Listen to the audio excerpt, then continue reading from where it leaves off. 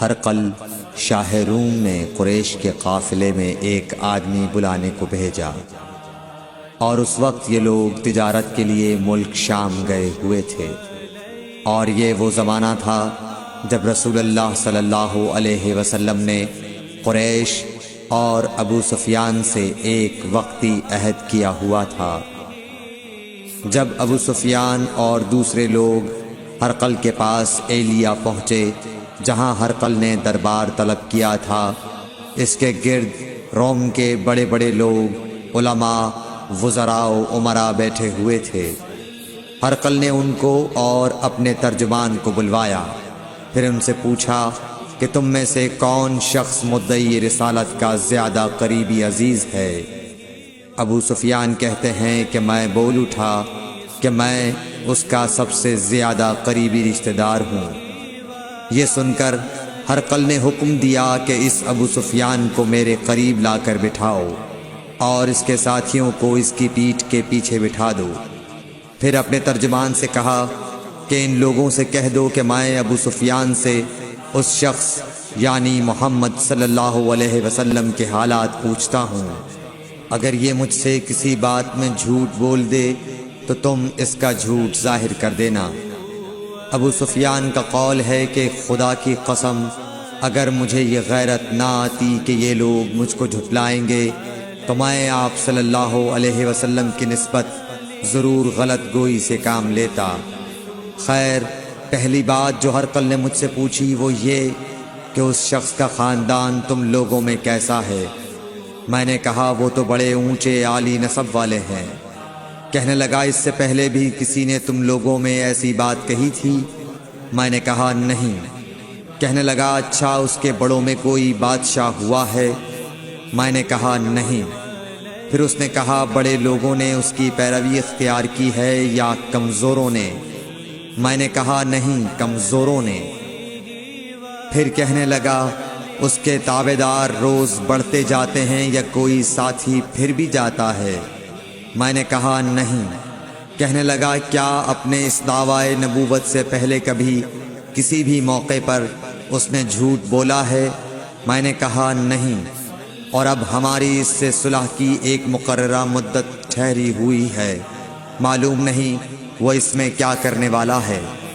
ابو سفیان کہتے ہیں میں اس بات کے سوا اور کوئی جھوٹ اس گفتگو میں شامل نہ کر سکا۔ ہرقل نے کہا کیا تمہاری اس سے کبھی لڑائی بھی ہوئی ہے؟ ہم نے کہا کہ ہاں۔ بولا پھر تمہاری اور اس کی جنگ کا کیا حال ہوتا ہے؟ میں نے کہا لڑائی ڈول کی طرح ہے، کبھی وہ ہم سے میدان جنگ جیت لیتے ہیں اور کبھی ہم ان سے جیت لیتے ہیں۔ ہرقل نے پوچھا وہ تمہیں کس بات کا حکم دیتا ہے؟ میں نے کہا وہ کہتا ہے کہ صرف ایک اللہ ہی کی عبادت کرو، اس کا کسی کو شریک نہ بناؤ، اور اپنے باپ دادا کی شرک کی باتیں چھوڑ دو، اور ہمیں نماز پڑھنے، سچ بولنے، پرہیزگاری اور صلہ رحمی کا حکم دیتا ہے۔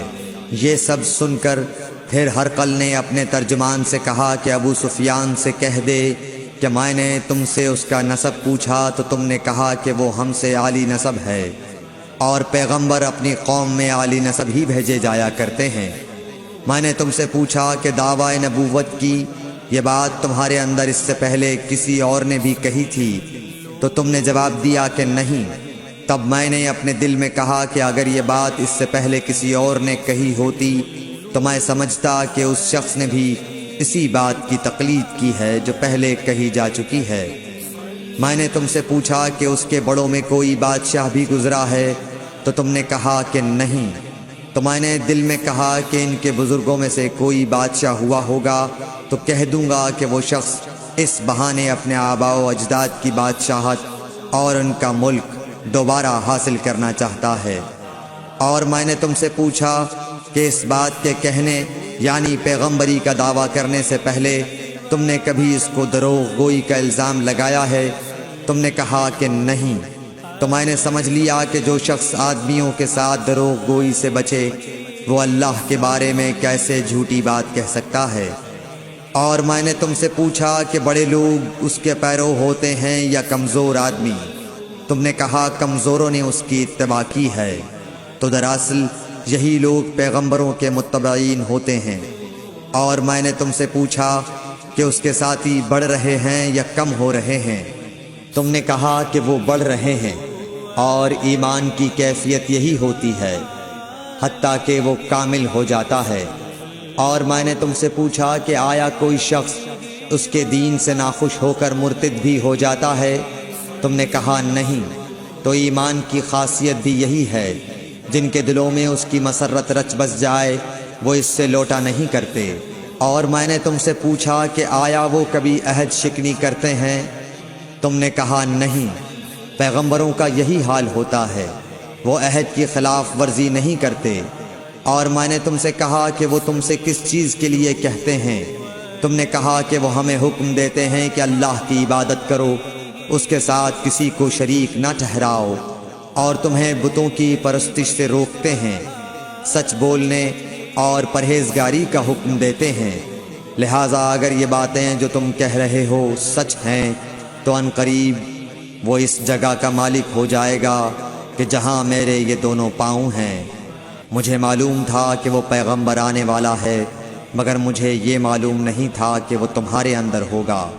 اگر میں جانتا کہ اس تک پہنچ سکوں گا تو اس سے ملنے کے لیے ہر تکلیف گوارا کرتا۔ اگر میں اس کے پاس ہوتا تو اس کے پاؤں دھوتا۔ ہرقل نے رسول اللہ صلی اللہ علیہ وسلم کا وہ خط منگایا جو آپ نے وحیہ کلبی رضی اللہ تعالیٰ عنہ کے ذریعے حاکم بصرہ کے پاس بھیجا تھا، اور اس نے وہ ہرقل کے پاس بھیج دیا تھا۔ پھر اس کو پڑھا تو اس میں لکھا تھا، اللہ کے نام کے ساتھ جو نہایت مہربان اور رحم والا ہے۔ اللہ کے بندے اور اس کے پیغمبر محمد صلی اللہ علیہ وسلم کی طرف سے یہ خط ہے شاہ روم کے لیے۔ اس شخص پر سلام ہو جو ہدایت کی پیروی کرے۔ اس کے بعد میں آپ کے سامنے دعوت اسلام پیش کرتا ہوں۔ اگر آپ اسلام لے آئیں گے تو دین و دنیا میں سلامتی نصیب ہوگی، اللہ آپ کو دوہرا ثواب دے گا۔ اور اگر آپ میری دعوت سے روگردانی کریں گے تو آپ کی رعایا کا گناہ بھی آپ ہی پر ہوگا۔ اور اے اہل کتاب، ایک ایسی بات پر آ جاؤ جو ہمارے اور تمہارے درمیان یکساں ہے، وہ یہ کہ ہم اللہ کے سوا کسی کی عبادت نہ کریں اور کسی کو اس کا شریک نہ ٹھہرائیں، اور نہ ہم میں سے کوئی کسی کو خدا کے سوا اپنا رب بنائے۔ پھر اگر وہ اہل کتاب اس کتاب سے منہ پھیر لیں تو مسلمانوں، تم ان سے کہہ دو کہ تم مانو یا نہ مانو، ہم ایک خدا کے اطاعت گزار ہیں۔ ابو سفیان کہتے ہیں، جب ہرقل نے جو کچھ کہنا تھا کہہ دیا اور خط پڑھ کر فارغ ہوا تو اس کے ارد گرد بہت شور و غوغا ہوا، بہت سی آوازیں اٹھیں اور ہمیں باہر نکال دیا گیا۔ تب میں نے اپنے ساتھیوں سے کہا کہ ابو کبشہ کے بیٹے حضرت صلی اللہ علیہ وسلم کا معاملہ تو بہت بڑھ گیا۔ دیکھو تو اس سے بنی اصفر روم کا بادشاہ بھی ڈرتا ہے۔ مجھے اس وقت سے اس بات کا یقین ہو گیا کہ حضور صلی اللہ علیہ وسلم ان قریب غالب ہو کر رہیں گے، حتیٰ کہ اللہ نے مجھے مسلمان کر دیا۔ راوی کا بیان ہے کہ ابن ناطور ایلیا کا حاکم ہرقل کا مصاحب اور شام کے نصارہ کا لاٹ پادری بیان کرتا تھا کہ ہرقل جب ایلیا آیا ایک دن صبح کو پریشان اٹھا تو اس کے درباریوں نے دریافت کیا کہ آج ہم آپ کی حالت بدلی ہوئی پاتے ہیں، کیا وجہ ہے؟ ابن ناطور کا بیان ہے کہ ہرقل نجومی تھا، علم نجوم میں وہ پوری مہارت رکھتا تھا۔ اس نے اپنے ہم نشینوں کو بتایا کہ میں نے آج رات ستاروں پر نظر ڈالی تو دیکھا کہ ختنہ کرنے والوں کا بادشاہ ہمارے ملک پر غالب آ گیا ہے۔ بھلا اس زمانے میں کون لوگ ختنہ کرتے ہیں؟ انہوں نے کہا کہ یہود کے سوا کوئی ختنہ نہیں کرتا، سو ان کی وجہ سے پریشان نہ ہوں۔ سلطنت کے تمام شہروں میں یہ حکم لکھ بھیجیے کہ وہاں جتنے یہودی ہوں سب قتل کر دیے جائیں۔ وہ لوگ انہی باتوں میں مشغول تھے کہ ہرقل کے پاس ایک آدمی لایا گیا جسے شاہ غسان نے بھیجا تھا۔ اس نے رسول اللہ صلی اللہ علیہ وسلم کے حالات بیان کیے۔ جب ہرقل نے سارے حالات سن لیے تو کہا کہ جا کر دیکھو وہ ختنہ کیے ہوئے ہے یا نہیں۔ انہوں نے اسے دیکھا تو بتلایا کہ وہ ختنہ کیا ہوا ہے۔ ہرقل نے جب اس شخص سے عرب کے بارے میں پوچھا تو اس نے بتلایا کہ وہ ختنہ کرتے ہیں۔ تب ہرقل نے کہا کہ یہی محمد صلی اللہ علیہ وسلم اس امت کے بادشاہ ہیں جو پیدا ہو چکے ہیں۔ پھر اس نے اپنے ایک دوست کو رومیہ خط لکھا اور وہ بھی علم نجوم میں ہرقل کی طرح ماہر تھا۔ پھر وہاں سے ہرقل حمص چلا گیا۔ ابھی حمص سے نکلا نہیں تھا کہ اس کے دوست کا خط اس کے جواب میں آ گیا۔ اس کی رائے بھی حضور صلی اللہ علیہ وسلم کے ظہور کے بارے میں ہرقل کے موافق تھی کہ محمد صلی اللہ علیہ وسلم واقعی پیغمبر ہیں۔ اس کے بعد ہرقل نے روم کے بڑے آدمیوں کو اپنے حمص کے محل میں طلب کیا اور اس کے حکم سے محل کے دروازے بند کر لیے گئے۔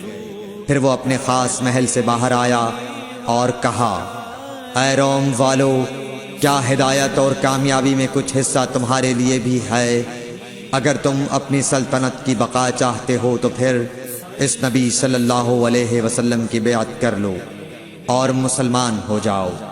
یہ سننا تھا کہ پھر لوگ وحشی گدھوں کی طرح دروازوں کی طرف دوڑے مگر انہیں بند پایا۔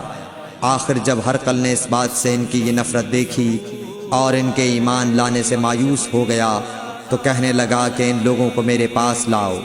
جب وہ دوبارہ آئے تو اس نے کہا، میں نے جو بات کہی تھی اس سے تمہاری دینی پختگی کی آزمائش مقصود تھی، سو وہ میں نے دیکھ لی۔